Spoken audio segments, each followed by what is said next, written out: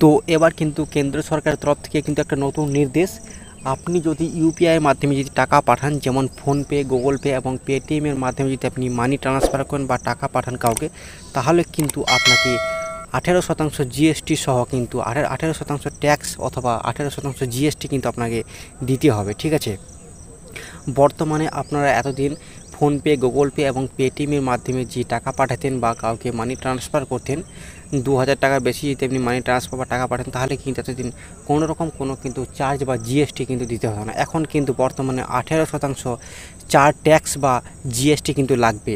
তো এই নিয়ে ইউপিআইয়ের মাধ্যমে টাকা পাঠালে কত টাকা চার্জ কাটবে এবং কি জিএসটি, সমস্ত কিছু আলোচনা করব আজকে এই ভিডিওতে। ইউপিআইয়ের মাধ্যমে নতুন কি আপডেট উঠে এসেছে, সমস্ত কিছু আলোচনা করব আজকের এই ভিডিওতে। চলুন ভিডিওটা শুরু থেকে শেষ পর্যন্ত দেখবেন। চলুন ভিডিওটা শুরু করা যাক। তো দেখুন এখানে এই প্রতিবেদনে কি বলা হয়েছে না, ইউপিআইতে 2000 টাকার বেশি লেনদেন করলে 18% জিএসটি লাগবে। কি বললো কেন্দ্র সরকার, আমরা কিন্তু দেখে নেব পরের পেজে। এই জায়গায় দেখবেন বন্ধুরা কি বলা হয়েছে। গত কয়েকদিন ধরে সোশ্যাল মিডিয়ার একটি গুজব ছড়িয়ে পড়েছে যে ইউপিআইয়ের মাধ্যমে নাকি 2000 টাকা বেশি পাঠালে অতিরিক্ত টাকা দিতে হবে, তাও আবার জিএসটি সহ। এবার স্বাভাবিকভাবে সাধারণ মানুষের মধ্যে এই নিয়ে চরম উদ্বেগ দেখা গিয়েছে, কিন্তু শেষমেশ এই জল্পনার জল ঢেলে দিল কেন্দ্র সরকার। কেন্দ্র সরকার কিন্তু এই বিষয়ে স্পষ্ট জানিয়ে দিল, না কি জানিয়েছে আমরা কিন্তু দেখে নেব। না দেখুন এই জায়গায় কি বলা হয়েছে বিষয়টা।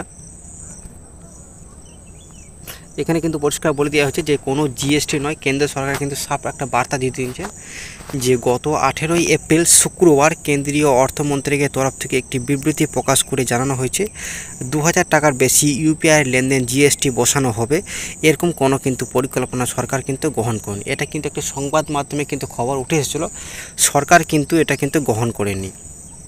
এই ধরনের দাবি সম্পূর্ণ ভিত্তিহীন এবং মানুষকে বিভ্রান্ত করার জন্য কিন্তু ছড়ানো হয়েছে। অর্থাৎ এখন যদি 2000 টাকা তার বেশি ইউপিআই মাধ্যমে টাকা পাঠান, তাহলে আপনাকে অতিরিক্ত কোনো ট্যাক্স বা চার্জ কিন্তু দিতে হবে না। বিষয়টা কিন্তু আপনারা বুঝতেই পারলেন যে বিষয়টা কি বলা হচ্ছে।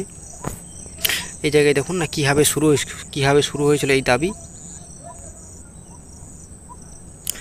না মূলত এমডিআর বিষয়টি কেন্দ্র করে এই জল্পনার সূত্রপাত হয়েছিল যে আগে কিছু ডিজিটাল লেনদেন যেমন ডেবিট কার্ড, ক্রেডিট কার্ডের ক্ষেত্রে জিএসটি বসানো হতো আর সেগুলিতেই এমডিআর থাকতো। কিন্তু 2020 সালে জানুয়ারি মাসে সরকার একটি গেজেট বিজ্ঞপ্তি জারি করে ইউপিআইয়ের ভিত্তিক জিএসটি তুলে নিয়েছিল। ফলে এখন দাঁড়িয়ে জিএসটি ধার্য করা কিন্তু প্রশ্নই ওঠে না। ঠিক আছে, বিষয়টা আপনারা বুঝতেই পারলেন বন্ধুরা যে আপনারা যদি ইউপিআইয়ের মাধ্যমে 2000 টাকা যদি বেশি আপনারা লেনদেন করেন বা ট্রানজ্যাকশান করেন, তাহলে কিন্তু আপনাদেরকে কেন্দ্র সরকার তরফ থেকে কিন্তু সাফ জানিয়ে দিয়েছে কোনো রকম কোনো ট্যাক্স বা চার্জ দিতে হবে না।